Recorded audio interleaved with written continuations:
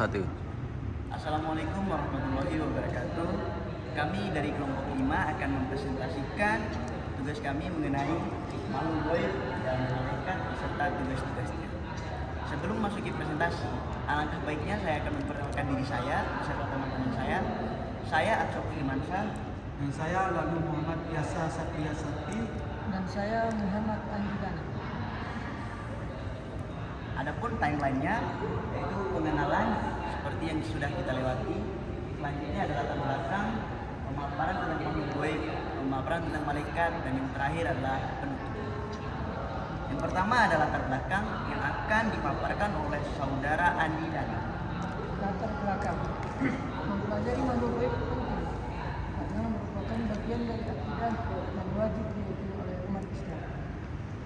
Memperkuat keimanan kepada Allah Subhanahu wa taala, contohnya dengan percaya kepada malaikat dan mencatat amal baik dan buruk. Kita akan lebih semangat berbuat baik dan menjalankan ibadah, meningkatkan rasa syukur kepada Allah Subhanahu wa taala.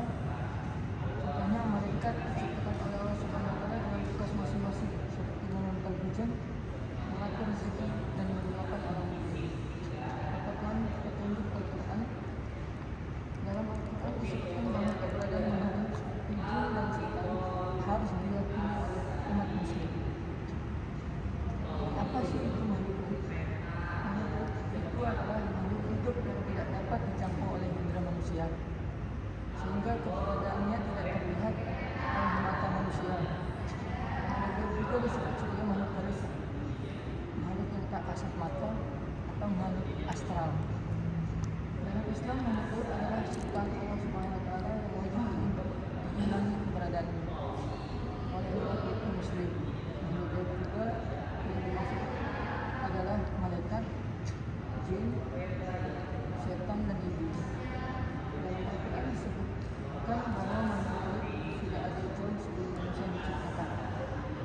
Menurut keyakinan Islam, jin telah menghuni bumi sebelum manusia pertama diciptakan. Namun, sebagian besar jin dihancurkan oleh para malaikat dan iblis karena perbuatannya yang merusak. Begitu juga contohnya dalam Al-Quran surat Al-Baqarah ayat 34. A'udzubillahi minasyaitonirrajim. Bismillahirrahmanirrahim. Wa idh qulna lil malaikati isjudu li Adama fasajadu illa iblis aba wastakbara wa kana minal kafirin. Maka dari itu, iblis, jin, dikeluarkan oleh Allah karena dia tidak ingin tunduk kepada Adam ataupun sujud kepada Adam.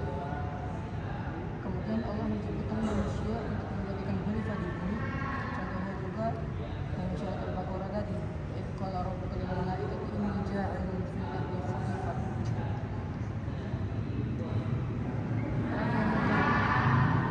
Malaikat nama baik untuk keimanan manusia kepada Allah Subhanahu wa taala. Percaya pada malaikat merupakan salah satu pokok ajaran Islam dalam rukun iman.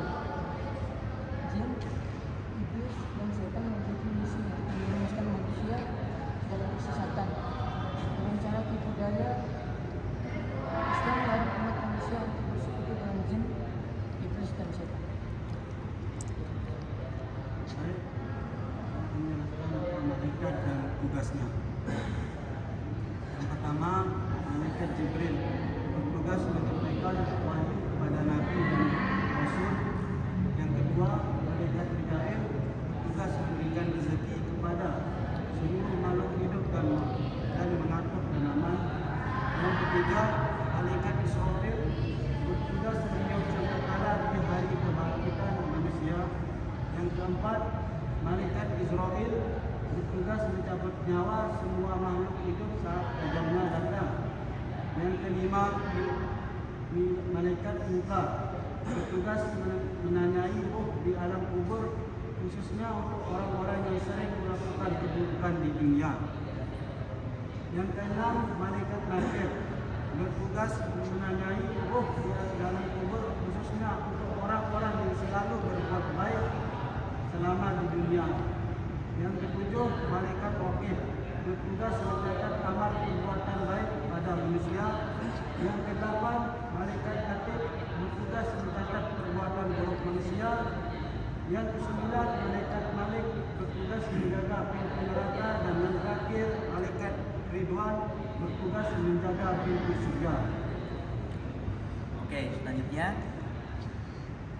kita telah lewati mengenai makhluk goib dan pemaparan tentang malaikat yang sudah dipaparkan oleh kedua teman saya tadi. Adapun kesimpulan yang dapat kita simpulkan dari kedua tema kita hari ini. Allah adalah salah satu-satunya yang mengetahui perkara gaib. Sebenarnya berikut ini adalah beberapa hal yang dapat disimpulkan tentang makhluk gaib. Yang pertama, makhluk gaib adalah makhluk hidup yang tidak dapat dijangkau oleh indera manusia.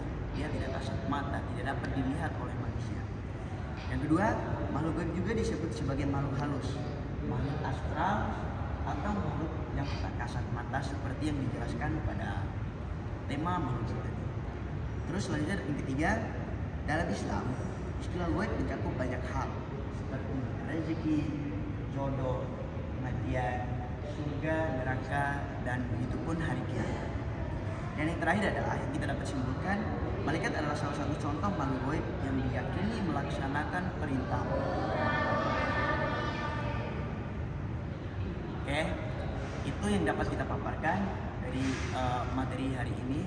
Mungkin sekian dari kelompok kami, kelompok 5. Saran, kritik kami berikan, lebih dan kurang kami mohon maaf.